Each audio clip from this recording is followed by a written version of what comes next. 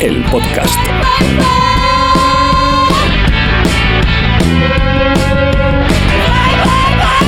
Podcast anarquista interestelar. Podcast anarquista interestelar. Podcast anarquista interestelar. Podcast anarquista interestelar. Vale.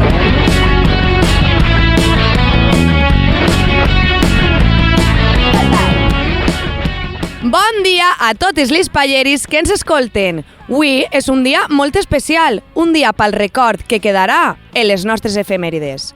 Avui el PAI es converteix en una unitat mòbil, el PAPAI Mòbil, que recorrerà el centre de València per acompanyar a la nostra Rosella en la ruta històrica sobre feminisme i dissidències sexuals dins de la presentació de la 24 Mostra del Llibre Anarquista de València.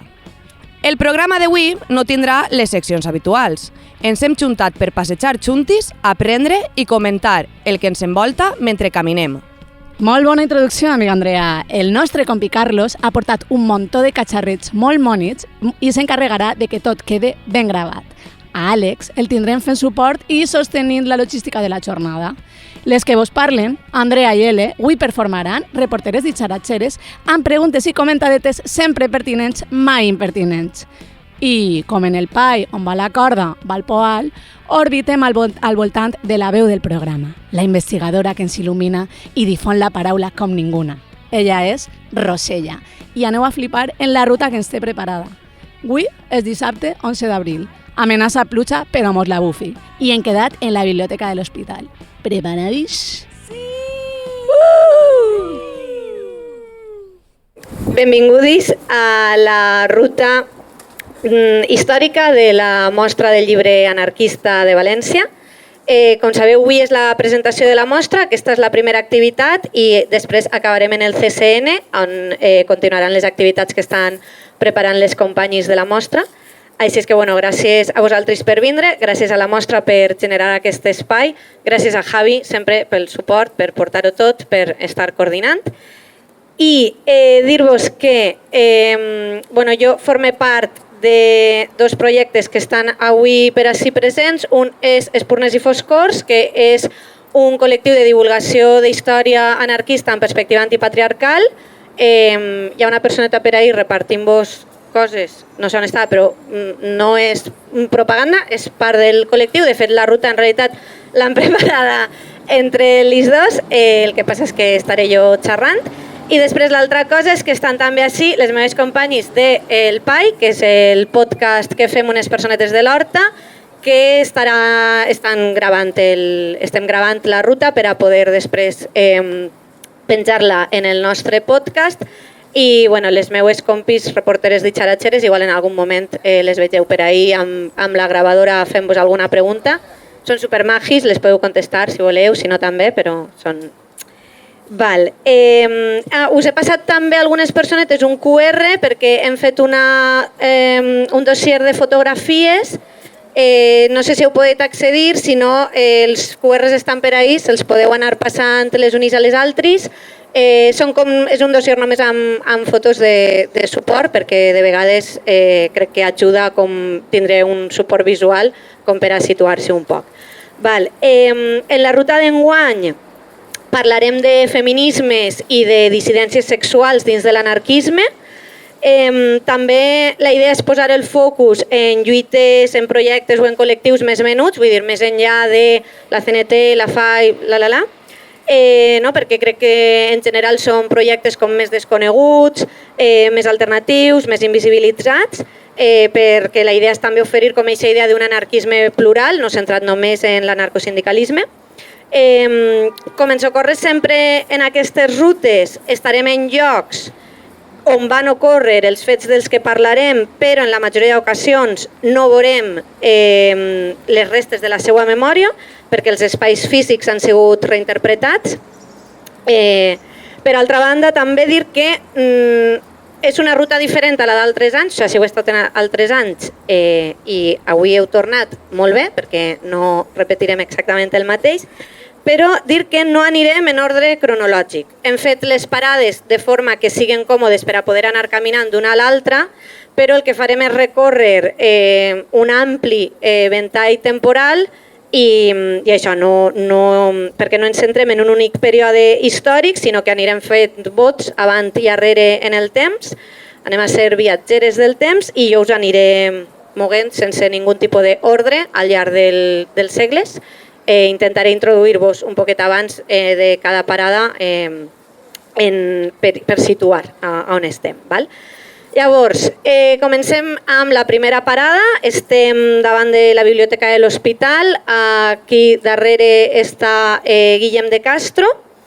I del que voldria parlar-vos així és de que en octubre de 1902, comencem situant-nos a principis del segle XX, es va iniciar la vaga de la fàbrica tèxtil de la família Alpera, que és una fàbrica que estava situada precisament al carrer Guillem de Castro.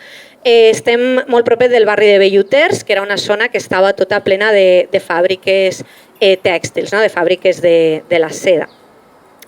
Llavors, si podeu mirar la foto 1 del vostre dossier, que és una notícia de premsa que va eixir en l'any 1902, perquè els motius on es parla d'aquesta vaga. Els motius de la vaga eren les míseres condicions laborals de les obreres i hi ha que tindre en compte que la filatura de la seda, que com vos deia era tan abundant en aquest barri, va ser un dels primers sectors de la conversió industrial valenciana. I en aquest sector, que cada vegada estava més feminitzat, les dones cobraven aproximadament un 60% menys del que cobrava qualsevol home en un altre ofici urbà semblant. A més, treballaven en una jornada laboral que oscil·lava entre les 12 i les 16 hores diàries.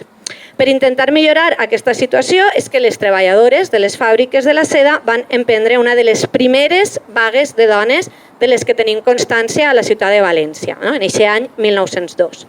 Concretament, les vaguistes feien dues reivindicacions. Per una banda, tindre mitja hora per almorzar en aquesta jornada laboral d'entre 12 i 16 hores i per altra banda un augment salarial per arribar a cobrar la meitat que el peó baró més mal pagat de la fàbrica.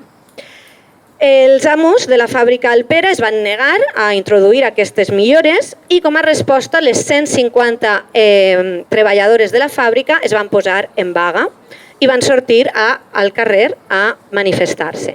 Amb això van aconseguir que al voltant d'unes 400 treballadores de les altres fàbriques del costat també s'uniren a aquesta vaga, de manera que la vaga de les filadores va durar un mes. Per a aquesta vaga és molt important la figura d'Helena Just. Helena Just va ser una dona molt important en la vida política i social valenciana d'aquests finals del segle XIX, principis del segle XX.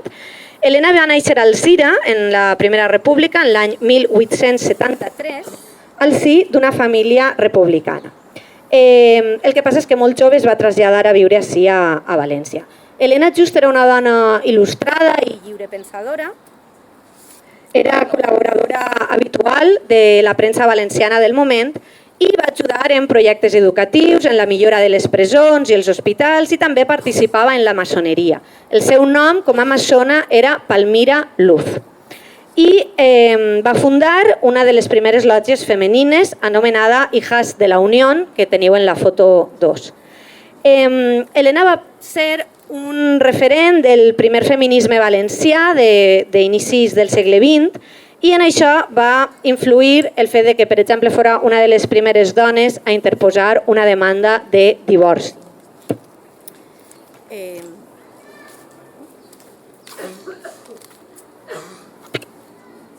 També és important la figura d'Helena perquè va ser una de les primeres dones en significar-se políticament.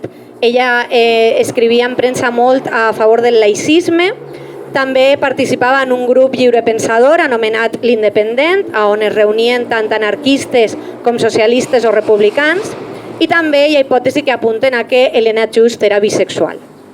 En relació amb la vaga de filadores, és important destacar que Helena, juntament amb la seva companya, Carme Soler, van fundar a València la societat anomenada Bien de Obreres en l'any 1899.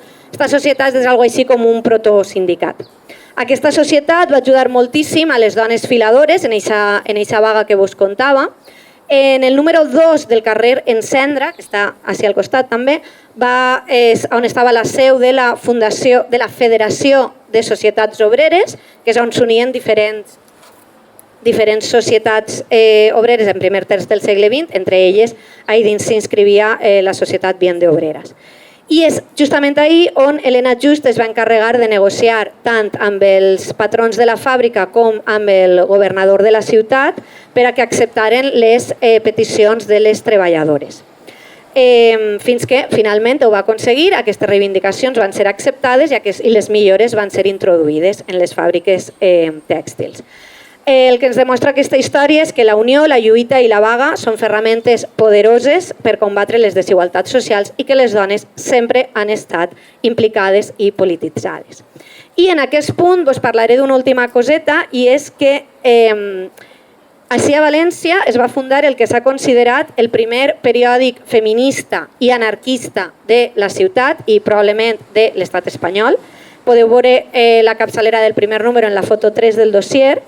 Concretament, al carrer Lepant número 16, també molt prop, així per Guillem de Castro, es trobava la redacció del periòdic Humanidad Libre, que va ser fundat a València en l'any 1902, el mateix any de la vaga de les filadores. Com us dic, és considerada la primera capçalera en autoproclamar-se feminista i anarquista, probablement de tot l'estat espanyol. Humanidad Libre era l'òrgan de la Societat Femenina de València, i estava escrit majoritàriament per dones, amb l'objectiu d'educar-les en el que anomenaven la qüestió social. I també tenia com a objectiu difondre l'actualitat de les societats obreres, d'aixòs protosindicats, i també de les agrupacions de dones d'arreu del món. Humanidad Libre va tindre una vida molt curteta, es van publicar només 3 números, però perquè en seguida les mateixes persones van fundar un altre periòdic anomenat El Corsario. Aquesta idea de canviar de Humanidad Libre al Corsario ve donada perquè decidiren que no fora un periòdic únicament feminista, sinó defensor, deien literalment, defensor de cuantos en esta sociedad sean atropellados, explotados y escarnecidos sin distinción alguna de sexo. De fet, aquesta és una estratègia habitual en les dones organitzades de principis del segle XX. Elles de vegades estratègicament participaven com a dones en societats femenines o feministes o humanistes, depenent de la corrent, ho anomenaven d'una manera o d'una altra, però de vegades participaven integrades en plataformes generals obreres. Això anava un poc segons les seues necessitats. Elles observaven el que era més adient en cada moment. I fins ací la primera parada. Ara ens mourem, anirem cap al carrer Hospital i allí parlarem del següent tema que tenim preparat.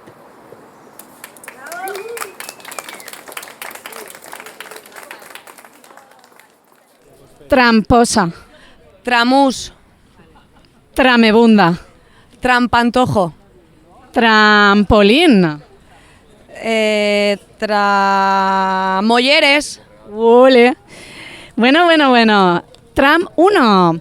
Espectacular inici, no?, de la nostra compi Rosella. Ma que val i ma que parla bé la tia, És que cada dia ho fa millor. Cada dia ho fa millor. Entonces, ara, com va el mantecàs, estem anant cap a Radio Clara, no? Pot ser? Sí, estem anant cap a Radio Clara. Sí, estem anant cap a Radio Clara. I a veure si trobem per així alguna personeta màgia a la qual li puguem fer alguna pregunta. Ja, a mi, jo reconec que no tenia molta idea de qui era la Helena Just, però m'ha molat. La gent està fugint perquè mos veu en el micro. Bueno, ja veurem. Som un poquet quadro perquè són 3 persones caminant superpegades perquè tenim el cable per ahí, la gravadora, el micròfono, jo porto auriculars i som un poquet de quadre, sí. Vinga, doncs primer de tot anem a enganxar a una persona que la veig, és que està davant de mi, l'estimem molt, estimada i referenta, per lo menos per l'Andri i per mi, i espero que va més penyi. Neni, señorita Nuria, ¿qué tal? ¿Cómo está usted? Oli, buenos días. Mamá, salgo en el pie. ¡Olé! Churri, jo te volia fer una pregunta, vale? Una pregunta en profunditat, vale? Perquè m'agradaria que, així improvisadament, pogueres pensar en un lema antiespecista, perquè estava molt bé lo de la vaga de filadores, però tot i sabem que la seda explota als cucs i volia saber si de repente se te ocurre un lema antiespecista para este momento. Churri, qué presión. Primero, todo mi amor y respeto a esas tipas que hicieron la huelga. Bravo. Pero ubicades, aquí y ahora, los cookies de seda no existen para vuestra ropa, ni los animales para llenar vuestros bocatas. Así que solo decir, carnacas y vegetas torturan y asesinan. ¡Ole! Y esa es la nuestra colega, Churri. Li donaria una pegatina de premi, lo que passa és que ja té, però li vaig a donar una altra. ¡Vamos! ¡Vamos! ¡Ole! I esa és la nostra amiga. Orgull total. A veure qui se trobem més per ahí. I mentre trobem alguna persona podem cantar la nostra sintonia, no? Ai, quina il·lusió, de primeres. 1, 2, 1, 2, 3, 4. Pai, pai, pai, pai, pai, pai. Pai, pai, pai, pai, pai, pai. Pai, pai, la Peña se vol unir, pai, pai, pai. Pai, pai, pai, pai, pai, pai, pai. La Peña se vol unir. Xurris que esteu davant. Estem caminant, perdó, per el carrer de l'Hospital, S'estan fent un poquet les loquis, però... No passa res. Mira, ara estem en l'encreuament en el carrer de l'editor Cabrerizo. Oh, Erizo. Oh, my noodle. Penyi. A veure. Oli, què tal? Com esteu? Som les reporteres ditxaratxeres del PAI. PAI és... Reporteres ditxaratxeres és un nom genial. Correcte, gràcies, moltes gràcies. Vos volíem fer alguna pregunteta? Aixina sense pressió, Vale. Vinga, va, lo que vulgueu. Coneixeu a Elena Just, de la que mos ha parlat Rosella? No, però és que arriba tard. Ah, vale, o no sigui passa que, res. Claro, no sóc la persona més apropiada. Vale, bueno, i la teua compi, si vol parlar? Coneixeu a Elena Just? Jo crec que sí, no? Havia sentit parlar algo, sí. A mi el que més m'ha agradat és de repente el nom este de la lotja, la veritat. Però bueno, voleu dir alguna cosa? No, res, que és molt interessant fer aquest tipus de visites, que pareix que no coneixem la història més recent de la ciutat i està molt bé estar avui així de passeget amb vosaltres. Ole, Xurri, gràcies per l'aportació. Pues ale. Vale, anem a la segona parada de la Rosella. Calla, que es comença. Calla, que es comença. Xxxt. Vale.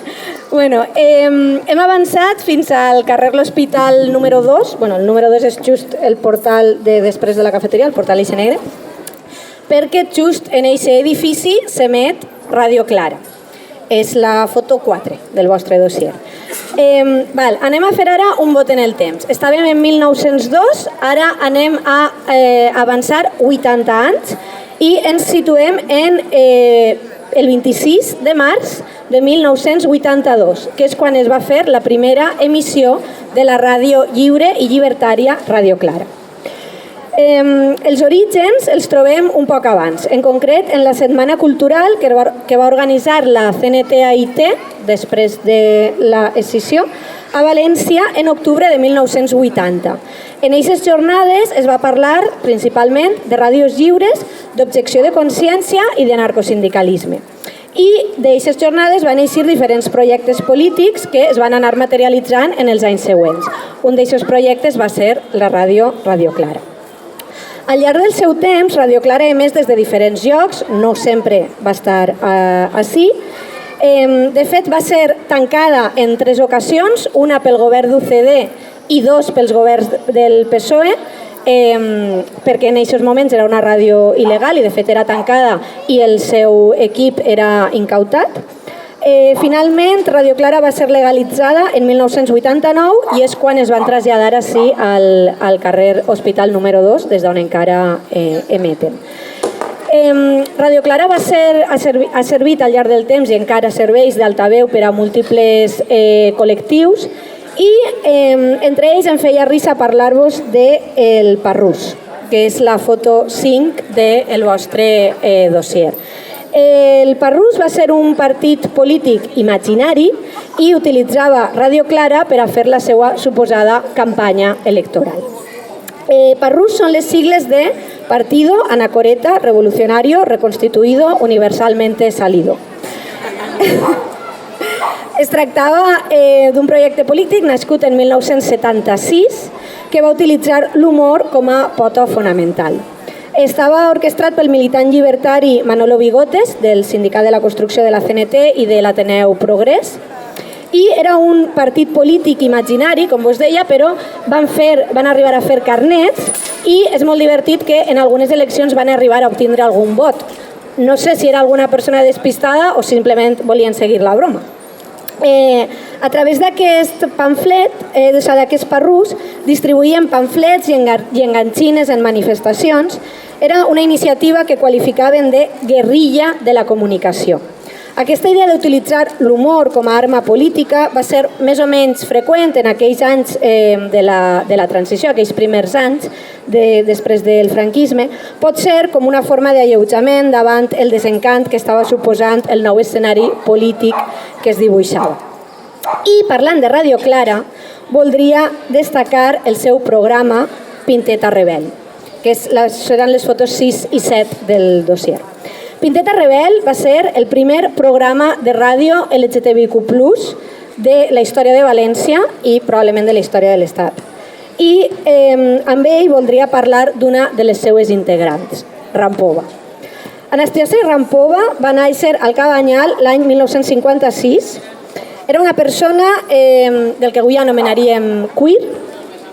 En 1971, amb només 14 anys, la Guàrdia Civil la va detenir per primera vegada en trobar-la tenint relacions sexuals amb un home a la platja i va ser la primera de diverses estades en presó durant el franquisme, les quals la van marcar molt negativament, ja que allà dins va patir maltractaments i violacions. Però això no la va fer baixar el cap mai ni amagar la seva orientació sexual ni de gènere. Ell sempre portava el travestisme per bandera.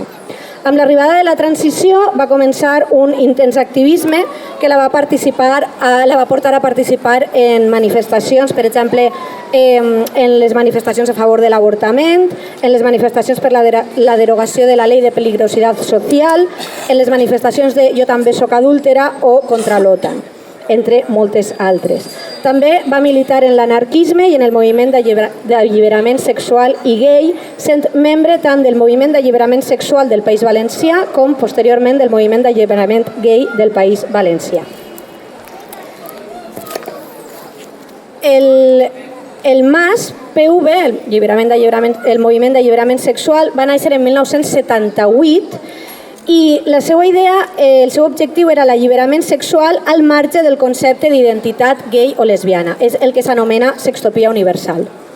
Van aconseguir organitzar la primera gran manifestació del que avui coneixem com Orgull, a la qual van acudir 4.000 persones. En 1980 naix el moviment d'alliberament gay del País Valencià. En realitat, passa del MAS PV al MAC PV quasi d'una forma natural. Moltes són les mateixes persones les que militen en un i després en l'altre. La diferència és que el MAC prioritzava els subjectes afectats per l'heterosexisme. En 1983 va ser legalitzat perquè tota aquesta militància en favor de les persones homosexuals era il·legal en els primers anys de l'anomenada democràcia. En el 83 és legalitzat, però en el 84 desapareix per falta d'activitat. Aquest fet marca el fi d'una etapa revolucionària dins dels fronts sexuals al País Valencià fins que ja en el segle XXI naix l'orgull crític. Tornant a Rampova, va militar també en molts altres col·lectius i a més compaginava la seva intensa militància amb l'escriptura d'articles en revistes com Ajo Blanco o Papers Gais, que són revistes també molt importants per a l'alliberament sexual. A més, Rampova també va crear els primers adhesius i cartells que són el primer merchandising LGTBIQ+ de València. Rampova va ser víctima tant de pallisses homòfobes, de feixistes, com d'atacs de la Brigada 26 de la policia, algunes de les quals li van deixar seqüeles físiques de per vida. En 1980, Rampova, junt amb Clara Bowie, Amadorova, Greta Guevara, també anomenada Greta Grapo a vegades, i Antonio Ruiz, que només va estar uns mesos, van formar el grup Cabaret Plomados. Debutaren en el cabaret literari Barro, situat al barri del Carme. Es tractava d'un espectacle a mig camí entre el cabaret i el teatre que dura quasi 20 anys i que actua per a grups anarquistes, comunistes, antimilitaristes o d'alliberament gay, així com en múltiples manifestacions i actes polítics, a més d'en discoteques, bars, centres socials ocupats i tot tipus de jornades, especialment en el Dia de l'Orgull. Era una mescla d'art amb identitat marica i política radical, i la seva funció era subversiva i contestatària. Utilitzaven el transformisme per a criticar la sexualitat i els conceptes de gènere tradicionals. Un altre projecte en el qual va estar involucrada Rampova, com vos deia, va ser el programa de ràdio La Pinteta Rebel, que va començar a emetre's en Ràdio Clara en 1984, presentat per ella mateixa, per Clara Bowie i per Miquel Alamar, conegut com La Panotxa. Es tractava d'un programa radical centrat en l'alliberament sexual, però amb una forta mirada interseccional, el qual va servir d'altaveu a partir de 1986 del col·lectiu Lambda en els seus inicis. No vaig a parlar de Lambda actualment perquè tampoc vull que em denuncien, doncs ho deixem. Amb el temps, el programa Pinteta Rebel va canviar de nom i va començar a anomenar-se Poltergay, que me flipa este nom. I aquestes activitats Rampova les compaginava també amb el dibuix de còmics contraculturals on a través de l'humor i el sarcasme criticava el feixisme, la misogínia i l'homofòbia. I a través dels seus personatges deconstruïa rols de gènere presentant identitats subversives. També a finals dels anys 90 Rampova va formar part de la primera formació del grup Tecnopop Gore Gore Guys i, malauradament, Rampova va morir el 23 de juliol de 2021, però mai va deixar de ser un exemple de coherència i d'implicació en la lluita LGTBIQ+, que va portar a tots els àmbits de la seva vida, tant a la privada com a l'artística, avançant-se a la teoria queer. Així és que, des d'ací l'homenatge a Rampova, que crec que és una figura imprescindible i que sempre hauríem de recordar i de conèixer. I ara anirem juntes fins a la tercera parada, que és en el carrer La Sang. És un poquit més junt, hem de creuar tots aquests semàforos i allí buscarem un lloc també així peatonal per a trobar-nos. Espera't un segon. Ja? Clac! Clec! Clec! Podem posar el clec també, queda bé. Visca Rampova, ¿no? Lo primer, Mari. Però vamos, visca Rampova de aquí A Pilar Lima. Hòstia, de moment. Que una cosa, estem així enfront de la libreria Patagònia, que posa València en força, Pilar alcaldessa. No sé, està del PSOE. Pensava que el cognom era alcaldessa. Pilar Bernabé, que sembla del PP. Uau, uau, I uau. que estem passant per la seu del PSPB. Estem passant per la seu del PSPB. Carlos, baixa la veu, no sé molt bé per què. Sí. Estem ara mateix enfront de la seu, que és el que fan. L'extrema dreta és el que fa sempre, vindre així. Ara són nosaltres l'extrema dreta. Però te juro que per mi en el cartell era que ella seria Pilar alcaldessa, saps? Com, jo què sé, com Joan Canut Ribó. Mira, anava a dir una burrà, però me calle. Tira-li, Martí, va. Bueno, pues que Pilar alcaldesa me la posa tiesa. Bueno. Igual era mejor que me callara. Somos señores de 55 años, sí. ¿Vale? Per cert, a veure, Carlos vol dir alguna cosa. Espera, que diga ella algo.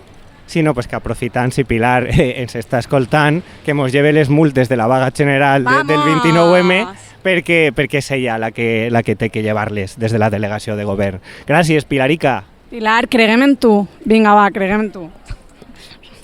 Jo el que volia dir és... La nostra Rosella ho està fent molt bé, no? És que esta chica, en serio, que bé que parla, és que m'interessa la història gràcies a ella. Ara mateix estem en l'Avinguda de l'Oest, ¿vale?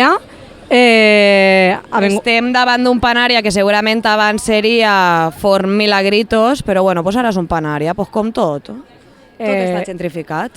Correcte, i ja que tenim així el nostre tècnic de so, l'anem a tindre sempre així al costadet, crec, no?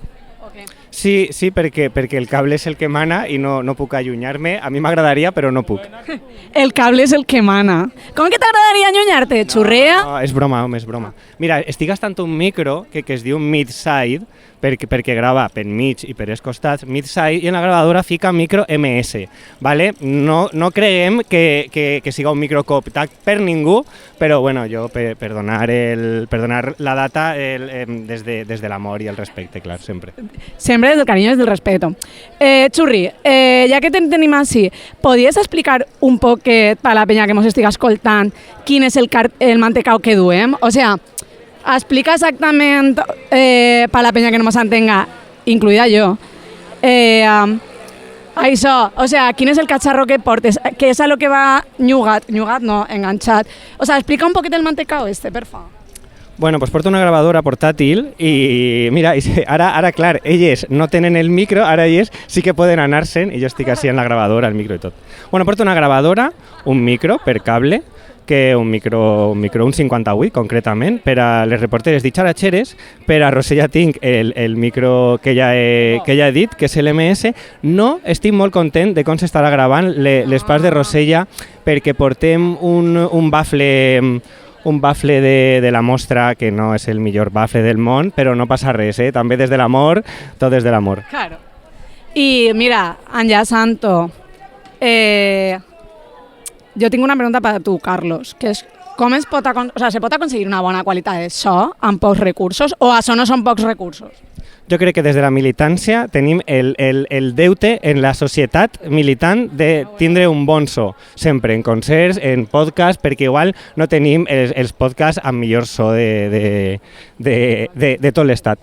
Però bueno, i sí que volia dir, m'agrada que me facis aquesta pregunta, sí que volia dir que els mitjans de producció audiovisuals tenen que ser comuns i tenim que fer coses com l'estudi que tenim al CSO a l'Horta en l'espai musical alliberat, que no sé si està bé que ho diga, que tenim ahí un estudi, però bueno, tenim ahí un estudi, ¿vale? per a que la gent que participa en l'assemblea se grave, ho gaste i faça el que vulga. I ja està, i ja no tinc res més a dir. Andrea, te vol preguntar una cosa. Sí, antes de que te'n vagis a sonorizar la tercera parada de la Rosella, jo te voldria fer una pregunteta així bobalicona, una pregunta tontorrona. Entre una ràdio lliure i un podcast lliure, en què te quedes?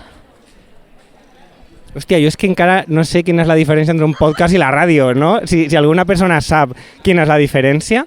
Mira, tenim per ahí una persona, Pepe, que igual en una altra parada ens pot ajudar en lo de podcast i ràdio, perquè Pepe va ser locutor de Radio Burxassot, o de Radio Montcada, o de alguna ràdio d'estes. L'Horta Nord, així representant. No és el mateix Burxassot que Montcà, ¿vale? Sí. No. El carrer Mendizábal sí que igual creua de Burxassot a Montcà. Bueno, estem entrant ja al carrer de la Sang, que és on serà la tercera parada. Crec que ja estan per allí col·locant tot el mantecao.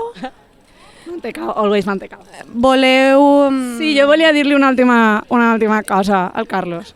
Carlos, què creus que és més important? El so o el ditxaratxerisme? El ditxaratxerisme ben gravat. Gràcies, bona nit. Vale, pues vinga. Xurri, comença. Ai, que va començar. Vale, Rosella la millor. Rosella la millor, t'estimem. Hola. Molt bé. Mira, l'Ajuntament ens ha tallat el carrer per nosaltres. Estan súper a favor d'esto. Bueno, molt bé. Estem així en el carrer La Sang, just al costat de l'Ajuntament de València. Així voldria parlar-vos, anem a viatjar en el temps una altra volta, anem un poquet per carrere, anem a situar-nos en el franquisme. En aquesta parada voldria parlar-vos de la militància anarquista clandestina de l'última part del franquisme. Però primer ens situarem un poquet. Val? La Guerra Civil acaba en el 39, perdem la guerra, perquè no tots van perdre la guerra, que hi ha un senyor per ahí que ho diu, aquest senyor va guanyar i nosaltres vam perdre. I entonces, la dècada dels 40 va ser molt intensa pel que fa als intents de mantenir viu el moviment llibertari. Però la repressió franquista va ser tan dura que en la dècada dels 50 l'anarquisme valencià es trobava en un punt mort. La militància anarquista estava replegada sobre si mateixa, organitzada en xicotets grups d'afinitat. Escrivien o llançaven alguna octaveta, algun pamflet contra el règim de forma anònima o van intentar reeditar alguns periòdics clandestins com Fragua Social, a València. Fragua Social és un periòdic que va tindre molta tirada durant la guerra. En aquestes primeres dècades del franquisme s'intenta reflotar, però amb moltes dificultats. En termes generals, la dècada dels 50 eren temps d'espera. S'arriba a la dècada dels 60 quan s'intenta constituir un nou comitè nacional de la CNT, així com un comitè regional de llevant de la CNT, però ambdós organismes van ser abatuts per la policia apenas un any després. Llavors el que es decideix és deixar d'intentar reconstituir els comitès perquè literalment el que diuen és que l'únic que estan aconseguint és alimentar les presons franquistes, així és que es passa a aquest punt mort. Paral·lelament, el que es fa des de la militància anarquista en l'exili francès és posar en marxa l'organisme Defensa Interior. El seu objectiu era reactivar la lluita armada contra la dictadura. D'aquesta manera, a partir de l'any 1962 comencen les accions de defensa interior. El que feien era que es feien incursions des de França, hi havia militants que estaven allà exiliats que feien incursions a l'interior de l'estat espanyol amb l'objectiu de posar bombes. De fet, una d'aquestes bombes va esclatar justament ací, al balcó de l'Ajuntament de València, el 15 de juny de 1962. Just el dia anterior, Franco havia pronunciat un discurs des d'aquest balcó i Defensa Interior va fer esclatar la bomba i va enviar una proclama pública dirigida al dictador que deia: «Et seguim els passos. Avall Franco, l'Opus Dei, la Falange i el feixisme, visca Espanya llibertària». Defensa Interior va estar molt perseguida, de fet va patir infiltracions policials i per això els seus propis membres van decidir cessar l'activitat definitivament en 1965 degut al perill que implicava per a les seues vides. I amb això arribem a maig del 68 i a una nova generació militant en l'interior de l'estat espanyol. Llavors comencen a néixer diferents grups autònoms i comença a retornar amb certa força l'acció directa als carrers, ja fora en forma de pintades en espais públics, trencant aparadors de comerços o empreses, cremant autobusos o enfrontant-se amb la policia franquista. Els últims anys del franquisme, els anys 70, són testimoni de nous intents de militants per mantenir viva la flama anarquista i revolucionària, com la iniciativa editorial La Hormiga o el grup Primer de Maig. I en 1972 naix la Confederació Nacional del Treball, Associació Internacional de Treballadors, CNT-AIT, que estableix relacions amb l'exili i tenen la intenció de continuar amb el seu llegat, convocant diverses vagues ja en aquests últims anys del franquisme. I aquest ressorgir de la CNT en els últims anys del franquisme i primers de la mort del dictador, primers de l'anomenada transició, aquesta militància, aquest ressorgir de l'anarcosindicalisme es fa en clandestinitat. I algunes d'aquestes reunions clandestines es van fer justament ací, en el carrer La Sang, concretament, ara està tapat per les obres, però ahir hi havia un passatge i ahir hi havia una llibreria que era la llibreria d'Àvila. El propietari de la llibreria d'Àvila feia viatges en cotxe fins a la frontera francesa per a introduir de forma clandestina llibres de l'editorial anarquista Ruedo Ibérico que s'editaven en castellà però a l'exili francès. I així, en la llibreria d'Àvila, de forma clandestina, repartia tots aquests llibres i propaganda anarquista. I en un local que estava just dalt de la llibreria es feien les reunions clandestines per a reorganitzar la militància anarquista. I una de les persones assistents a aquestes reunions clandestines va ser Amèlia Jover Velasco, que la podeu veure en la foto 8 del vostre dossier. Amèlia estava exiliada en França, però feia viatges de manera secreta fins a València per a vindre a les assemblees clandestines. Amèlia era de Cullera i va militar tant en les Joventuts Llibertàries com en la FAI com en la CNT ja abans i durant la guerra. Motiu pel qual va ser detinguda quan la guerra va acabar i va ser empresonada. De fet, Amèlia va donar a llum dins de la presó sota vigilància de les monges. I és molt divertida la seva història perquè una vegada dona llum i es recupera un poquet del part, es fuga de la presó gràcies a l'ajuda de companyes que estaven fora esperant-la. Ahir comença el seu periple per l'exili. Amèlia es va exiliar primer a França, després a Tunísia, després novament a França, que és des d'on entrava a València per a les reunions clandestines. I altra militant que actuava des de la clandestinitat va ser Isabel Mesa Delgado, que també teniu la seva foto ahir junt amb la d'Amèlia. Isabel Mesa Delgado va arribar a València l'any 1937, en plena guerra civil, fugint de la guerra de la seva Andalusia natal, i a València va estar molt involucrada en Mujeres Libres, arribant a ser secretària de l'agrupació local de València. Una vegada perduda la guerra, Isabel se'n va anar novament a Màlaga a amagar-se i allí va militar en un grup clandestí d'agitació i propaganda fins que aquest grup va caure en mans de la policia, va ser desmantellat, ella va ser detinguda i condemnada a mort. D'alguna manera, Isabel va aconseguir escapar, es va amagar, va passar a la clandestinitat amb un pseudònim, va passar a dir-se Carmen Delgado Palomares i va tornar a viure així a València amagada. I aquesta identitat li va servir com a pantalla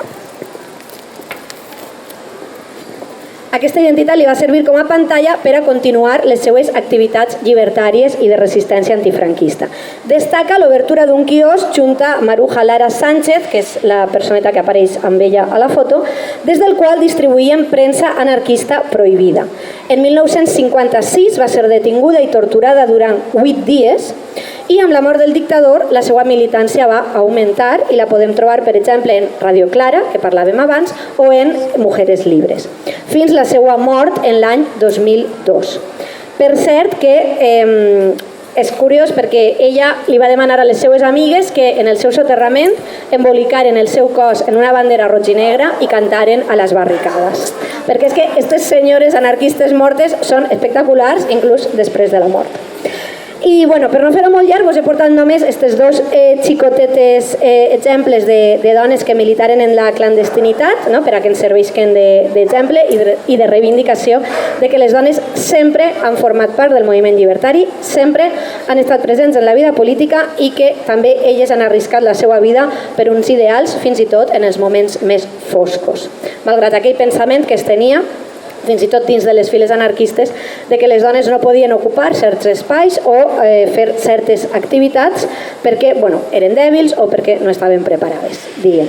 La realitat és que elles sempre han estat en tots els àmbits, en tots els llocs, i que no hi ha revolució sense elles. I ara ens n'anirem fins a la plaça del Mercat. Crec que aquesta és la parada un poquet més llarga, però anem juntis i mentre les reporteres ditxaratxeres vos fan companyia. Puc dir, es comences tu? Tram de la sang. Es comences tu, companyera? Pues jo es començaré.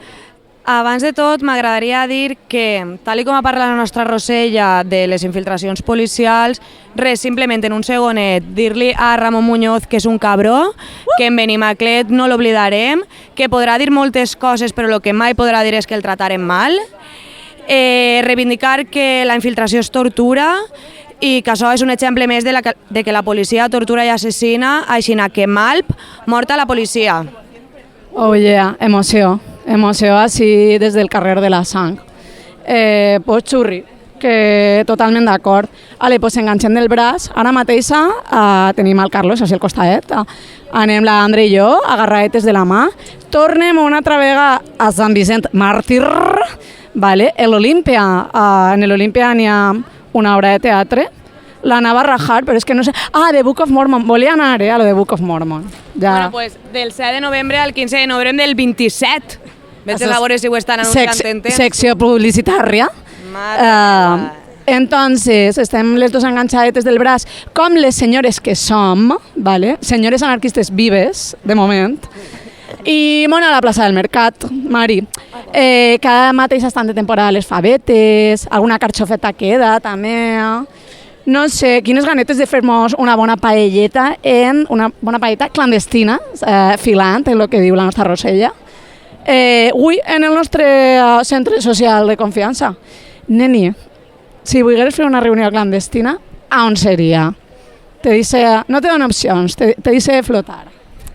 Vale, però ha de ser un centre social ocupat anarquista que ja estiga o me l'ha d'inventar? Mari, flow total. Vale, pues a veure, a mi m'encantaria fer una reunió clandestina en alguna alqueria de per ahí, per l'Horta de València.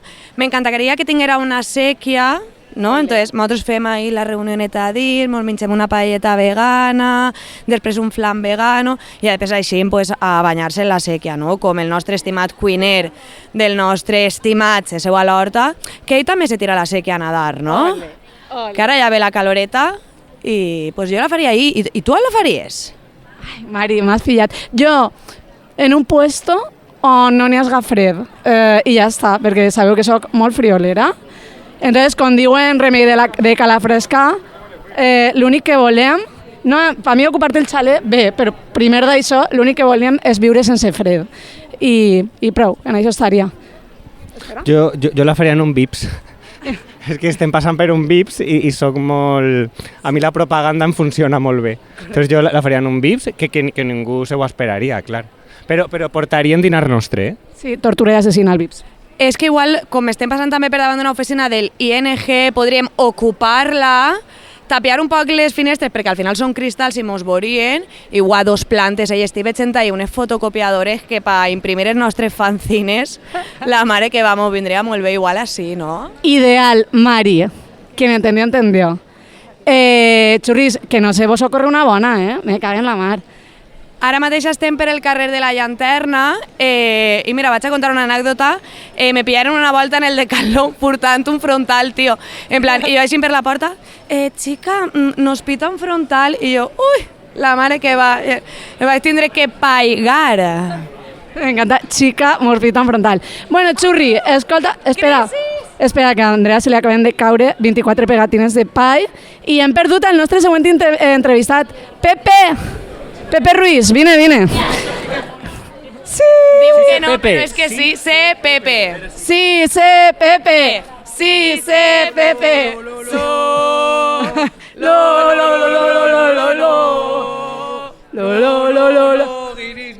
Bueno, perdón. Hola. Hola, Churri. Hola, ¿qué tal? ¿Cómo estamos? Vale.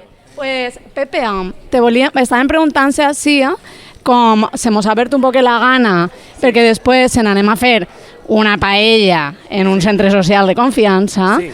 Quin seria per tu el teu centre social de confiança inventat, perquè estem flotant o no inventat, per fer-se una bona paelleta clandestina? Dices que mos agraden, va. Una paelleta clandestina existent. Espera, aguanta tu el micro, que si no és que me canse. Existent o inexistent?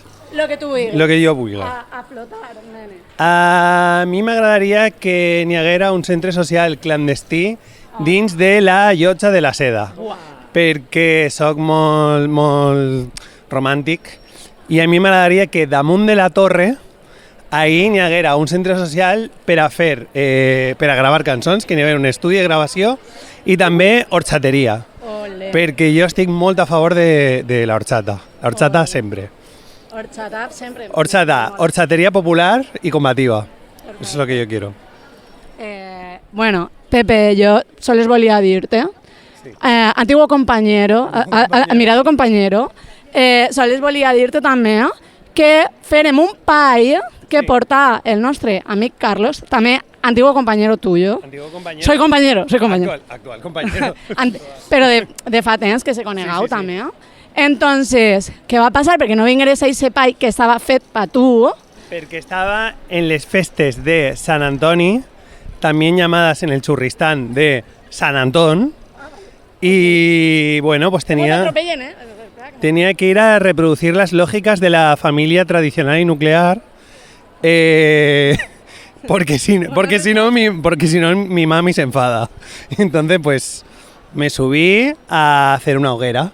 Vale. Me subí a pegar fuego a cosas, si queda más radical. Voleu fer-li alguna pregunteta més a Pepe? Estem arribant ara... Me supo mal no estar, me habría gustado estar y me voy a intentar colar en alguno sin que me invitéis. Això mos encantaria. Vale, pues pa veure si realment és veritat el que estàs dient. Un trivial. Sí, no. Vale. Anem a veure la teua fidelitat al programa. Podries dir-nos, el capítol que més te va agradar o Temporalmente autónoma. el que te vas perdre? El que me vas perdre, me va agradar moltíssim. Sí. Perquè a més m'estava llegint el mateix llibre en aquest moment, el de Hacking Bay. Sí. A veure, perdoneu-me, però escolte tabalets i què està passant així? Això què és? Són els guiris en tabalet. ¿Es un uso de la folclorización para vendérselo a los turistas? Hòstia, això qui és? Es un muñeco de palo. És un muñeco de palo. ¡Es el moñaco! Es un San Vicente. ¡San Vicent! San Vicente está en muñeco, está saliendo hacia arriba, tipo, he tenido una idea. O está haciendo fuck you a todos los turistas en este momento. Los está enviando a tomar por saco. A veure, igual ara mateix s'està escoltant com una merda el podcast perquè estic passant el micro. Carlos, agafa-lo tu si vols dir alguna cosa. S'està escoltant superbé i, bueno, com si fos un partit de futbol, ara mateix Sant Vicent està encarrilant en el carrer cap al mercat, en un bracen alt, està rodejat de gent, la policia va darrere d'ell perquè haurà fet alguna cosa, segur. Sí, igual Sant Vicent està fugint de la policia. Sí, Sant Vicent! Mare meua, tu. Sant Vicent era dominic. O sigui, podríem tallar ja, perquè Rosella igual ja estàs començat i nosaltres estem fent així. El Fabi, pot ser? Vale. Xxxt, que es comença, Rosella. Vale. Bueno, estem a la plaça del Mercat, de repente rodejades de turistes de Sant Vicent, no? Estan passant moltes coses. Vale. Bueno, estem just enfront de la llotja, però en realitat el que a mi m'interessa és que estem just baix de la placa en memòria de Margarida Borràs. És la foto 9 del vostre dossier. Anem a viatjar molt arrere en el temps, ara. És la parada més antiga que veurem avui. Margarida Borràs és la primera dona trans coneguda a València. Margarida va néixer al segle XV al si d'una família burgesa mallorquina i va ser ajusticiada per la forca a la plaça del Mercat per la seva condició transsexual el 28 de juliol de 1460. Ahí està la placa que es va posar en memòria d'ella. Margarida va ser ajusticiada just al lloc on avui està l'edifici modernista del Mercat Central, així al nostre costat. Que la penjaren a la plaça del Mercat no va ser casualitat. Si la forca haguera estat plantada prop de la catedral, significaria que l'acusat era un cavaller. Si hagués sigut al passeig de la Petxina, extramurs, haguera sigut un heretge. Però va ser penjada a la plaça del Mercat, lloc on les autoritats medievals penjaven els acusats de delictes comuns com l'assassinat o el robatori. Però també lloc on s'ajusticiava als homosexuals acusats de sodomia. Aquests últims normalment no eren penjats, sinó cremats. Però amb Margarida van voler fer una mort exemplaritzant. Les autoritats també van detindre i torturar alguns dels personatges il·lustres amb els quals es va relacionar Margarida, però ella va ser l'única assassinada. Margarida Borràs va ser torturada i vexada pel simple fet d'anar en contra de les imposicions socials de l'època i viure la seva vida com a una dona. La seva situació era inconcebible en l'època i el seu càstig va ser exemplar. Va ser humiliada, penjada amb escarni i enterrada en una fossa comuna per tal d'esborrar la seva història, cosa que no han aconseguit. La seva història va ser rescatada als anys 90 pel professor Vicent Josep Escartí, qui va escriure un article sobre ella partint d'informació que recollia el dietari del capellà Alfons el Magnànim a finals del segle XV. Margarida Borràs s'ha convertit en un símbol de lluita contra la transfòbia i en un recordatori de que les persones trans i les dissidències sexuals i de gènere sempre han existit i sempre existiran.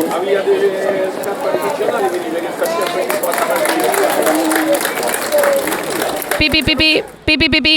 Són les 13 12:12 i mon anem totis juntis cap a la quinta parada. Acabem d'eixir de la plaça del Mercat i se n'anem corrents cap a on? Cap a la plaça de la Reina. Que se peina o no se peina? Bona pregunta. Primer de tot, ahí vegem a la nostra Núria, te queremos. Vale. Primer de tot, visca Margarida Borràs. Visca! Vale, amor infinit per a ella i el que simbolitza la seva figura en la nostra història. No l'oblidem i recordem que els nostres espais continuen sent en moltes ocasions insegurs per les dissidències i els dels feminismes. Així que apliquem-se el cuento. Xurris, això està pleníssim de guiris, ¿vale? Entonces... Guiri alema que al que peguem 50 punts, estadounidenc 125, de Gran Bretanya 150, ¿vale? Comencem! De Gran Bretanya. Bueno, increïble, el nivell de gent. Que això, que no sé si seran inclusius els nostres espais, però el que sí que són és absolutament excloents de la penya que especula en les nostres cases i les nostres vides. I des del PAI ens posicionen clarament en contra del turisme de masses i elitista que hi ha en la nostra ciutat i que ara mateix observem en aquest tram, entre la plaça del Mercat i la plaça de la Reina, amb grups infinits de guiris, bicicletes de lloguer, que no entenen que aquesta ciutat no pot suportar més inflació de la vivenda i que ells estan col·laborant directament en això. Menys plorar i més assabentar-se de com està la situació de les ciutats que visitem. Fuck tourism, i aquesta opinió representa concretament a les persones que formem este podcast, per si no ha quedat clar.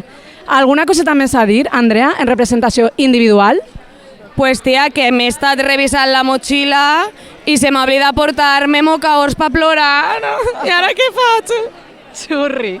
Que mal, Me'n vaig a alguna assemblea a veure si tenen mocaors perquè me donen per plorar o què? Ja, el que passa és que és difícil que vagis a una altra assemblea que no estigues ja, per altra banda. Bueno. Res, anava a dir que jo me queixo molt de la cooptació, però jo també, allà on vaig, copte. Jo copte tot, tots els espais. Ni Andrea sense assemblees, ni assemblees sense Andrea. Vamos! Ole! Ole. Pues mira, ara estem passant carrer d'Ercilla. Això què és? Aquesta és la plaça. N'hi ha gent amb cara de balcòning, total. Pues res, estem passant també per un munt de murals d'estos, que sempre me pregunto jo, això gentrifica també, no? Esta muralitat, de repente, no sé. Pues sí, un poquet gentrificador sí que és. Què no és gentrificador? I tu me lo preguntas, Andrea, tu. Ganivetades en el teu barri, això no és gentrificador. Vale, anem a fer per 25 cèntims d'euro què no és gentrificador pels barris. Vale, que mos furten la cartera. Vale, 3, 2, 1. Que no és... Espera, és que me costa, Que no és gentrificador. Pues que te peguen unos navajazos entre colegas, no en el barri, dona mala imatge. Que te furten la cartera en el barri també dona mala imatge. Què més dona mala imatge i, per tant, no és gentrificador pels barris? Carlos. Heroïna, no? Demonio vestido de ángel. Urban Estate, mira, passem per una immobiliària, és que no posen ni els preus. Sí. Mira, xalet en zona nàquera, per soles 945.000 euros! Buah, però això és un regal. Poco me parece. Casa zona Benimamet, 410.000. Vivienda zona Mercado Central, 375.000. Vivienda zona Pechina, per soles 1.300 euros al mes. Xurris, és que jo no sé ni com no tenim casa. Si vale, xxxt, que vas començar la Rosella. Dale, xurris. Val. Hem aconseguit arribar a la plaça de la Reina entre les hordes de turistes. Socorro. En realitat fem la parada així en la plaça de la Reina per facilitat, però realment del que anem a parlar és del carrer La Pau, que el tenim just així darrere. El que passa és que és impossible parar-nos en el carrer La Pau perquè passen cotxes, les aceres són molt estretes, bueno, entonces logísticament estàvem millor així. Llavors, en el carrer La Pau número 29, que està la part més allunyada de nosaltres, cap a l'altre cantó, es trobava la seu de Mujeres Libres. És la foto 10 del vostre dossier. Mujeres Libres era una revista i després una organització anarcofeministes Ara tornarem a viatjar en el temps i ens tornem a situar en la Guerra Civil. En concret, en realitat, anem a viatjar a uns mesos abans de l'esclat de la guerra, perquè la revista naix primer i ho fa en maig de 1936, fundada per Lucía Sánchez Saornil, Mercedes com a Posada Guillén i Amparo Poch i Gascón. Les podeu veure a les 3 en la foto 11. Es van publicar 13 números de la revista Mujeres Libres i el seu objectiu era lluitar per l'emancipació de les dones. Es parla en les seues pàgines de sindicalisme, de maternitat conscient, de contracepció, d'abolir la família com a institució burgesa, etc. I a partir de l'inici de la guerra es parla també sobre l'abans d'aquesta i sobre la revolució social, animant a les dones a participar en ella activament. En setembre de 1936, ja en el context de Guerra Civil, és quan naix l'organització Mujeres Libres. Les podeu veure en la foto 12. El seu objectiu era emancipar a les dones de la triple esclavitud a què estaven sotmeses. Esclavitud d'ignorància, esclavitud de dona i esclavitud de productora. Alhora que feien de l'organització una força femenina conscient i responsable que actuara activament per la revolució. Va tindre unes 20.000 dones afiliades i era una federació nacional amb nuclis per tot l'estat espanyol que originalment va néixer a Madrid però que molt pronte, degut a l'avanç de les tropes feixistes, es va instal·lar ací a València. En aquest carrer La Pau, una gran part dels edificis van ser incautats a la burgesia i reconvertits per a usos de la militància durant la Guerra Civil. Així, en la foto 13 podeu veure alguns. Al llarg del carrer estava, per una banda, com hem dit, la seu de Mujeres Libres i, en el mateix edifici, la seu de Solidaritat Internacional Antifascista. Un poquet més cap ací, en el número 27, estava la FAI. I en el número 40, ja més prop encara de nosaltres, més prop de la plaça de la Reina, en el número 40 estava la seu de la Federació Regional de Llevant de les Joventuts Llibertàries i també estava la Casa de la Cultura en el número 42. De fet, aquest número 42 havia sigut l'antic Hotel Palace que la CNT va expropiar i cedir per a aquest ús. La Casa de la Cultura funcionava com un centre cultural obert a la ciutat i també com a allotjament per a intel·lectuals evacuats de Madrid. Són només alguns exemples dels nous usos que va tindre la ciutat amb la revolució social. Tornant a Mujeres Libres, és important assenyalar que tant l'organització com la revista eren no mixtes.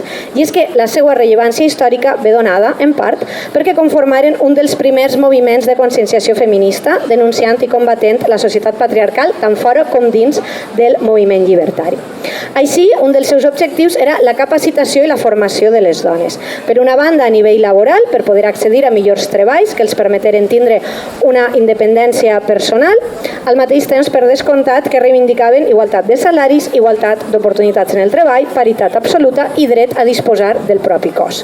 Per altra banda, treballaven també Mujeres Libres en la capacitació en el plànol de la ideologia, en la transmissió d'eixes idees, és a dir, capacitar-les per a que pogueren fer mítings i intervindre en la ràdio, parlar en assemblees, etc. I amb aquest objectiu en ment van crear una immensa xarxa d'escoles i d'instituts on s'impartien classes gratuïtes a dones obreres de diverses matèries, com ara alfabetització bàsica i cultura general, història, literatura, matemàtiques, aritmètica o ensenyaments superiors com comptabilitat i anatomia. També impartien formació professional i educació sindical. A València, per exemple, trobem en la mateixa seu, en el número 29 del carrer La Pau, com hem dit, estava l'Escola de Capacitació Femenina, que era tant cultural com laboral. També estava el Centre de Coordinació de les Tasques Assistencials i de Solidaritat amb el Front. Era també el lloc on s'organitzava la Borsa de Treball de Mujeres Libres. Hi havia també una guarderia per als fills i les filles de les treballadores. Era també el lloc de creació de grups d'esport femenins. I aquest local recollia, a banda de tot això, era la seu de l'agrupació de la ciutat de València, la seu de la Federació Regional de Llevant i la seu de la Federació Nacional. Em fliparia haver vist eixe carrer i a les tipes entrant i eixir en els seus pantalons, el seu gorre de miliciana. Jo estaria ahí. Després estava també a València l'Institut Mujeres Libres, que estava situat també al carrer La Pau, que era on podien estudiar totes aquestes matèries que he dit abans i on se les animava a contribuir en la guerra i en la revolució amb una intensa formació política. Després estava també la Casa de la Cultura de Mujeres Libres, que estava al carrer Lluís Vives número 7, que funcionava com a escola d'alfabetització, i estava també el local de cursos de Mujeres Libres, que estava al carrer Avellanes, on s'impartien classes de taquigrafia, mecanografia o altres cursos de formació professional. Tota aquesta xarxa va morir en 1939 amb la derrota de la guerra. I totes aquestes dones patiren o bé la presó, o bé l'exili, o bé l'exili interior. Aquest últim és el cas de Lucía Sánchez Saornil, que passà de ser una activa militant i escriptora en premsa, clau en múltiples iniciatives al voltant de l'alliberament de la dona i de l'anarcofeminisme, a viure replegada sobre si mateixa i tinguent que ocultar la seva condició de lesbiana. Lucía sempre va portar amb absoluta naturalitat la seva orientació sexual i mai va ser un impediment per a la seva militància. El problema és que amb l'arribada del franquisme va haver d'ocultar-ho i llavors Lucía va viure un triple exili interior, com a escriptora, com a militant anarquista i com a lesbiana. Durant el franquisme, ella va continuar vivint ací a València després d'un breu intent d'exili a França, on va ser considerada una persona il·legal i llavors va decidir tornar ací a València, on s'instal·là a viure amb la seva companya, Amèrica Barroso. El que passa és que elles ocultaven el seu lesbianisme afirmant que eren família. Va viure amb un perfil baix, ja no es va significar políticament durant el franquisme i Lucía va morir el 2 de juny de 1970, no va veure la mort del dictador, i va ser enterrada ací al Cementeri General de València baix una làpida en la que Amèrica Barroso va fer esculpir. Però ¿es verdad que la esperanza ha muerto? I amb això el punt de Mujeres Libres i Ara anirem cap a la plaça de l'Arquebisbe, per allà darrere, creuem la plaça de la Reina i anem cap a darrere de la plaça de la Verge.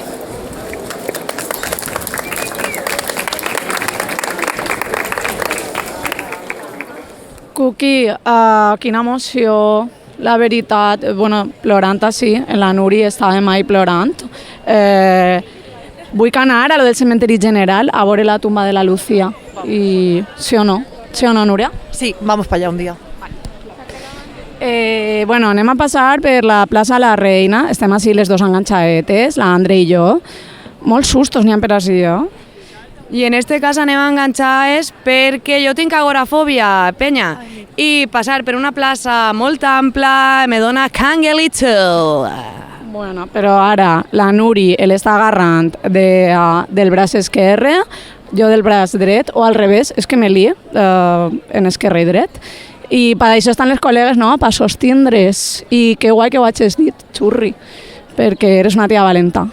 I mos agrada també que has pres aquestes coses. Estamos haciendo incluso barrera contra los guiris. Sí, és que l'amistat val per tot, no? Val per sostindre, val per lluitar contra la gentrificació, la turistificació i tot lo mal. Des d'ací, pues, vull que enviar el meu amor més infinit a les meues panis. ¡Eso! ¡Que flore! Mi xurri. Anem a enganxar al senyor Àlex, que s'encarrega de la secció Tinta d'Anarres. Sí, gràcies, Núria. Núria va agarrar-lo perquè mos va fer un Tinta d'Anarres express, sí o no, Cuqui?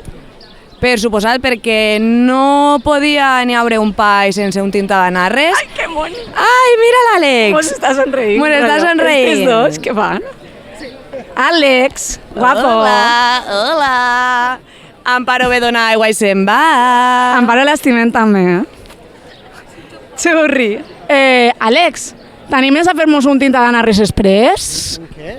No. Un Tinta d'Anarres express. Si yo me iba a misa, yo no iba a hacer nada. Ir a misa, queremos ir a misa. Ale, engánchate el micro, va. Bueno, vale. Pues ya que sentía hablar de travestis, He oído hablar que hablabais antes de travestis. Os recomendaré la autobiografía de Rampova. Molt bé. Cabaret Ploma 2, Socialicemos las lentejuelas, publicada en la editorial Imperdible, que va a publicar just abans de morir, però va arribar a veure-la publicada. Molt recomanable com a complement de la ruta d'avui. Vale, pues la posarem, no? Pues moltes gràcies, Àlex. Clar, la posarem. Igual, si t'atrevixes per la temporada 2, podem portar este llibre i fer un tintanarres més extens, la veritat, perquè n'hi ha que reivindicar la figura d'esta personeta. Estem entrant pel carrer de la Barcel·la, Barilla. Ai, mare. I una cosa superimportant, que estem passant per al costat de l'estàtua de Guastavino, que pareix que siga un home que porta un sable moro ahí, però no, és l'investor de la bóveda. Tío, pare que és un jambo. Bueno, resulta que este tipo va ser un arquitecte super famós en Nova York, així no conegut, perquè era un cara dura, en veritat, el Guastavino, i mos mola. I li mola també a la madre de Carlos. Sí, bueno, sí. Andrea ara mateix està mirant un símbol de la falange, així en cara com de mira que cookie, les fletxes. La doctora Fletxes. Bueno, jo volia dir que darrere del mur que tenim, així davant, està el Santo Cáliz, el de Cristo, el bueno.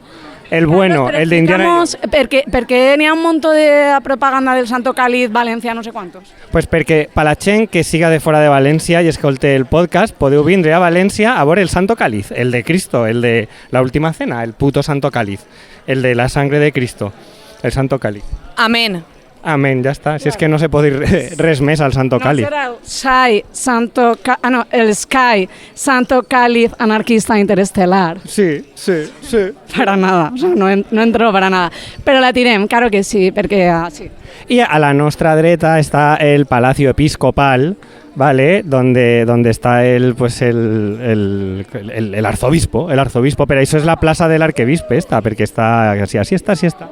No hem ficat ninguna sintonia, n'hi ha un xaval així tocant, és que només el nom d'aquest instrument. És un hang, el toquen els hippies, però es mola molt. Lo que anem a fer és ficar un poquet el micro i li anem a regalar una pegatina a este xicón. Vale. Va, anem. Ojalá se la posen el hang. Ojalá. Estem gravant en directe, ¿vale? Me cuesta hablar y tocar a la vez. No, solo es para la música, si no te importa.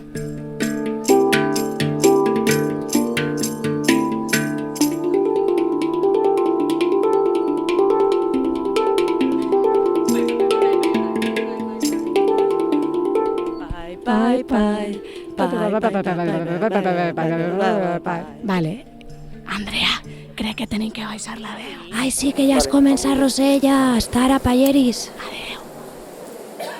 Val. Ens trobem en la plaça de l'Arquebisbe. Ara, temporalment, ens anem a quedar en el mateix espai temporal en el que estàvem, continuem en la Guerra Civil. Estem justetament davant de l'edifici que va ser la seu del Ministeri de Sanitat comandat per Federica Montseny. Avui en dia és el Museu de la Ciutat, però en aquell moment va ser un edifici expropiat que va servir per a ser la seu del Ministeri. Aquest Ministeri va estar comandat per Federica Montseny entre novembre de 1936 i juny de 1937. I en aquell moment aquesta plaça va ser rebatejada com a Plaça dels Treballadors. Però jo, de què vull parlar-vos així, no és de Federica, sinó d'Amparo Poch i Gascón, que la podeu veure en la foto 14. Amparo va ser la subdirectora d'Assistència Social d'aquest ministeri, des d'on va impulsar mesures profundament avantguardistes, fins i tot si les posem en relació amb escenaris actuals. Amparo era metgessa i anarquista. Va néixer a Saragossa en 1902, on va estudiar medicina i va obrir la seva primera consulta per atendre a dones obreres i a la seva xicalla.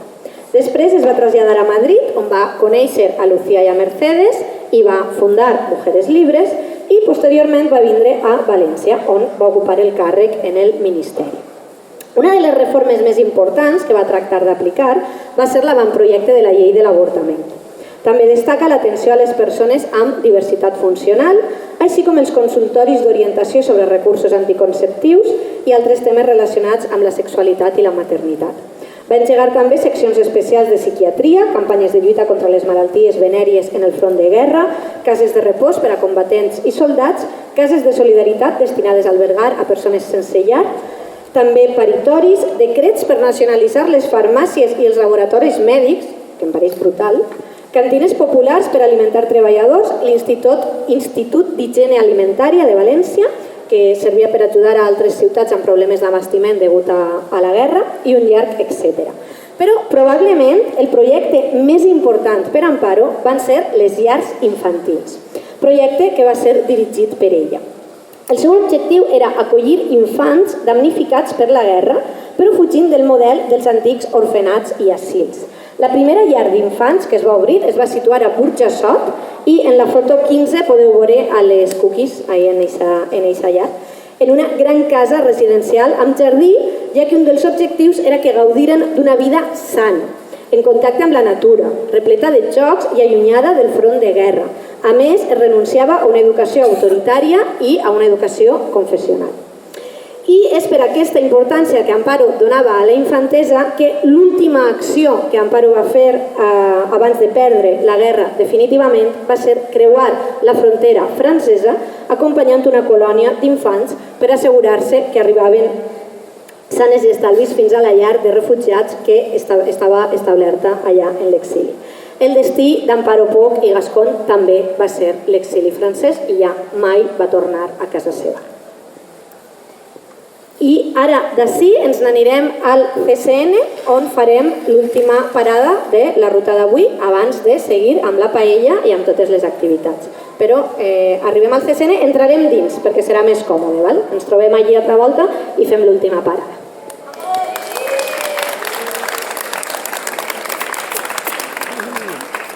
Trampova. Bueno. Per fi s'ha parlat, així som molt fans d'Amparito Poch i Gascon. La nostra senyora anarquista morta prefe, no ho sé. Mira, ens estan fent una foto, Mari. Somriu! Penya col·legui, no guiris. Que mos ha passat també, Mos ha passat també una guiri ahir, volguem fer una foto, i és la nostra cultura no és el teu... Divertiment. La teua foto. Per això que som molt fans, què m'esteu senyalant? Estem senyalant un senyor mort feixista, ¿vale? Que es el arzobispo Laechea, que es ese hombre de ahí que está en el... Mira, ese arquebisbe de ahí, el arzobispo Laechea, que es el señor que va a hacer el meu barri, el barri de Sant Marceli. És este home, era un feixista de tomo i lomo i va ser el primer arquebisbe de València després de guanyar la guerra als feixistes, i era pues el típic que li agradava coses com que tu anaves a confessar-te i entonces te denunciaven a la falange i fusilat. I se d'ahí. Carlos és reportera dicharachera, historiadora, o sea, ella, Xurri, nosaltres volíem fer un poquet de spam de la nostra col·legada, que és per una banda, Espurnes i Foscors, i dins d'Espurnes i Foscors i Mantecaos varios, el llibre de la nostra col·lega, Rosella, de Amparo Poch i Gascó. ¿Vale? Entonces, Andrés. Pues bueno, és un projecte que s'encarrega de la divulgació anarquista, sobretot en una mirada antipatriarcal i feminista. S'ocorren moltíssim, estan Àlex i Rosella i s'ocorren mogolló. Tenen un grup de difu, no? Sí, tenen un grup de difu a Telegram, també tenen Instagram, han fet unes samarretes tremendament guapes. Instagram... Igual se'l fem. Igual el fem. No, però sobretot el grup de difu, segur, i el que dia Andrea de les samarretes. Que això, que les podeu comprar, estan prou guapardes. I res, ara mateix estem creuant... Com se diu això? El pontet este que...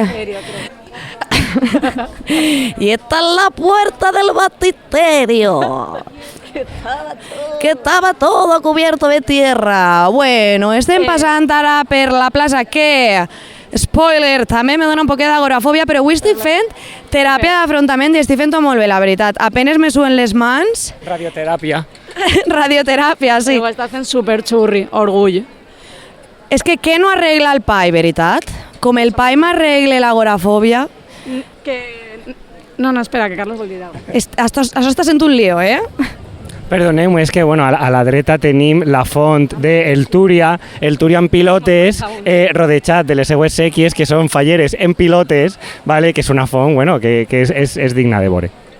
Vale, jo el que volia dir respecte a lo de Amparo Poch i Gascón és que Rosella s'està fent una gira presentant el seu llibre, vale? Que està super autogestionat, entre ells espurnes i foscors, i això que m'estaven recordant jo de que tenim una compi, la Blanca, que crec que no ha faltat a ninguna presentació del llibre, i no la veig per així, On estarà esta pendonet? És que ahir va llaure Festa Bibollo en el CSN y clar, por la noche leonas y por la mañana... Pues leonas també, perquè la Blanca és la millor, però anem a enviar-li un àudio. Anem a enviar-li un àudio, va. Vale, va. Mira, li podem dir... Espera que la busque. O sea, tinc diverses preguntes per ella, ¿vale? Pues comencem la pregunta. Blanca, ens han dit, o sea, diem nosaltres mateixa, que no has fallat en ninguna de les presentacions de la gira d'Amparito Poch.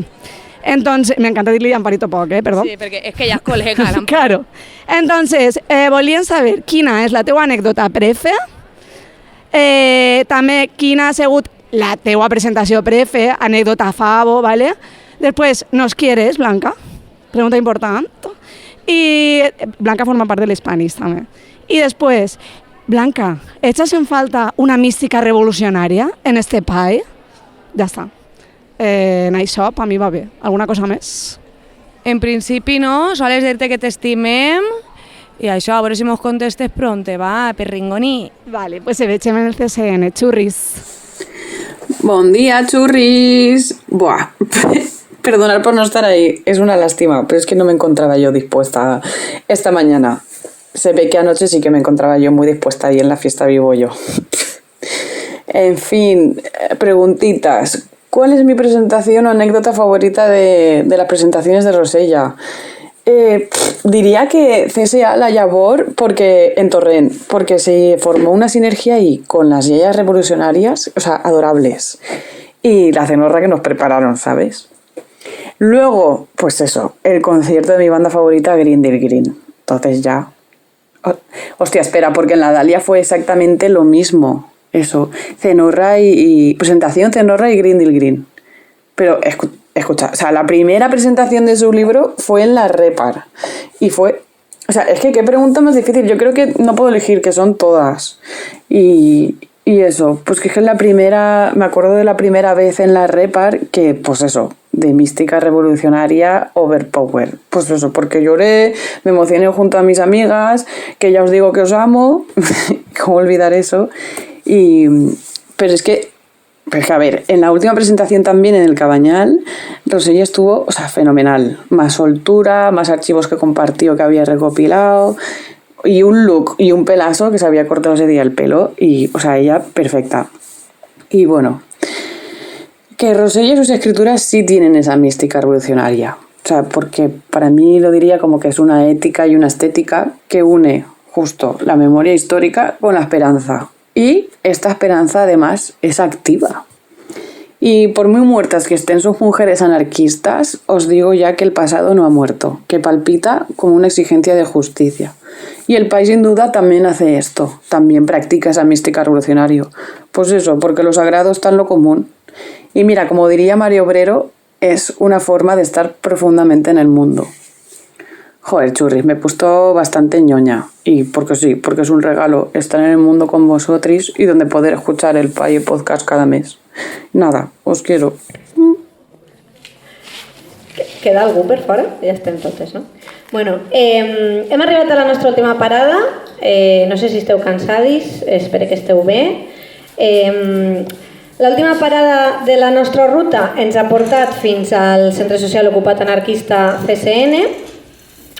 El CSN va ser inaugurat el 2 de desembre de 2023 i és de moment l'últim dels més de 40 centres socials oberts a València des de 1989. I és per això que voldria parlar-vos breument de la història de l'ocupació a la nostra ciutat. Teniu la foto 16 al dossier i també, com que aquest lloc era emblemàtic per a parlar d'això, perquè estem rodejats dels cartells que va fer Anaïs Florín amb els noms de tots els centres socials ocupats que han poblat la nostra ciutat. El moviment Ocupa pretenia ser una resposta a un context social, econòmic i polític protagonitzat per la precarietat, així com recuperar espais abandonats i reconvertir-los en llocs de socialització i cultura per a l'ús col·lectiu. A finals dels anys 80, aquest barri, el barri del Carme, estava patint un procés de degradació i especulació per expulsar a les veïnes i fer lloc als turistes i als pisos de luxe. He dit en els 80, però podria ser avui. En aquest context eren habituals les batudes policials per criminalitzar a la joventut que freqüentava el barri. I per això, en 1988, es va crear l'Assemblea de Joves Antirepressió, que va organitzar una campanya amb vagues de fam i marxes a la presó i que seria el germen de l'Assemblea d'Ocupes, un col·lectiu autònom i llibertari. La seva primera acció va ser en gener de 1989, quan es va produir la primera ocupació a València amb l'intenció de crear un centre social. Era el Casal Popular Palma, al barri del Carme, en el carrer Palma número 5.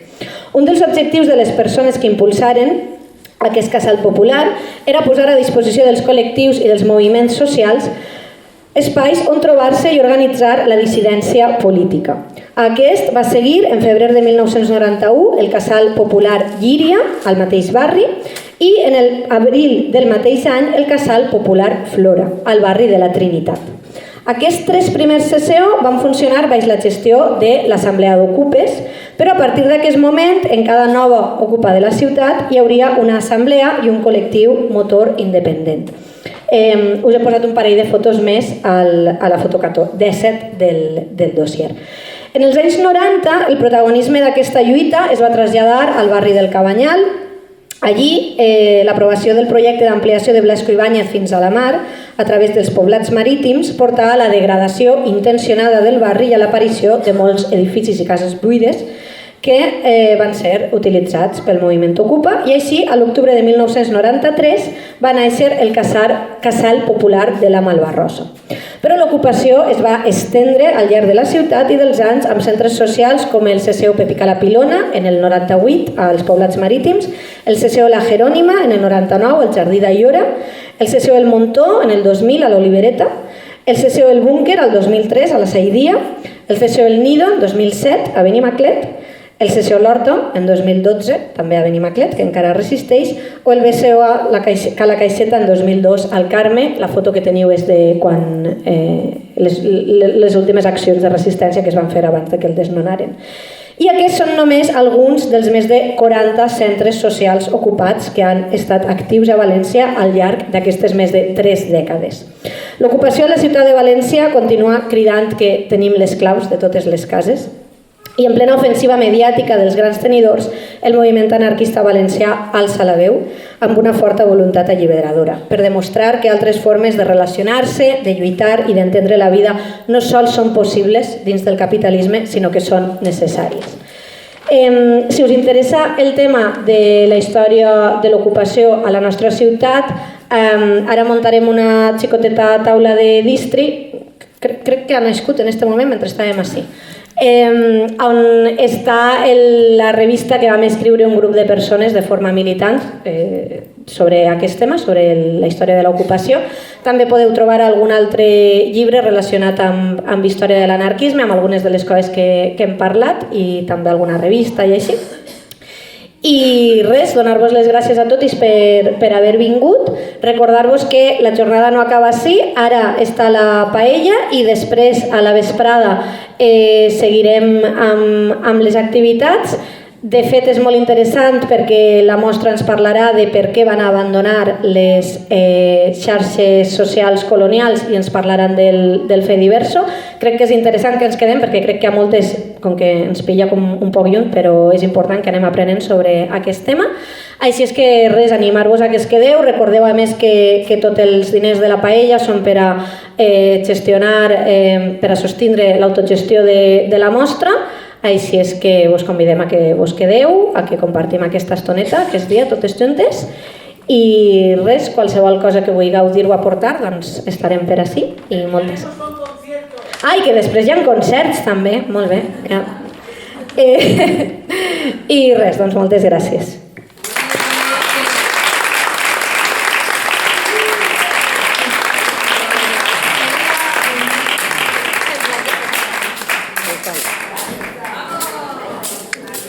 Tram pie.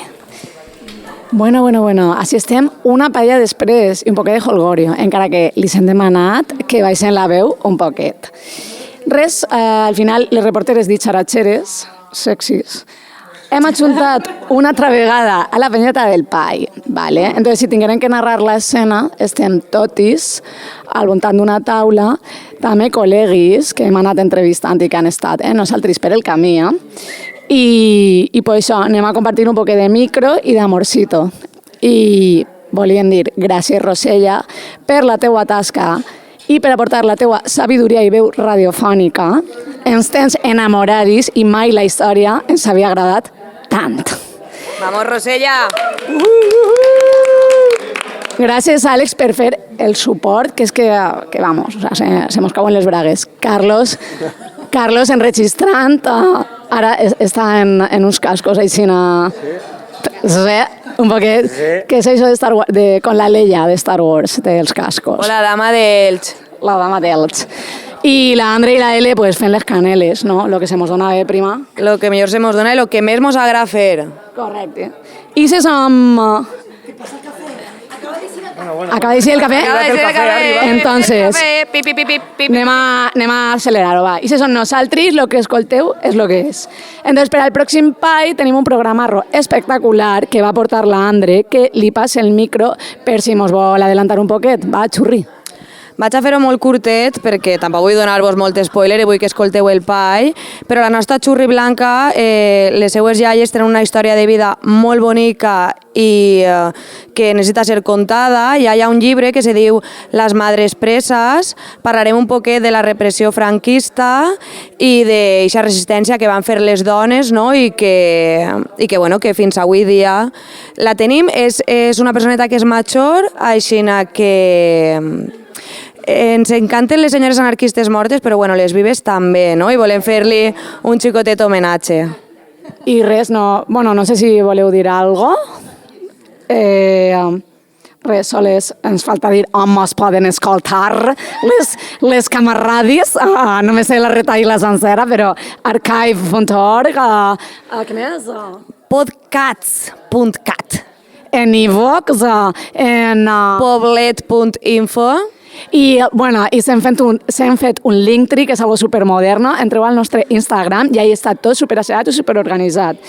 En YouTube, en Radio Clara, en Radio Malva, quan ells vulguin. I jo crec que poco más. I ara, per acabar, això, anem a fer una impro. Sols per les reals, per veure qui se sap, i la sintonia final, que s'espereu als 10 segons últims per escoltar-la sempre. Vos dona? 2, 1, 2, 3 i... Pai, pai, pai, pai, pai, pai, pai, pai, pai, pai, pai, pai.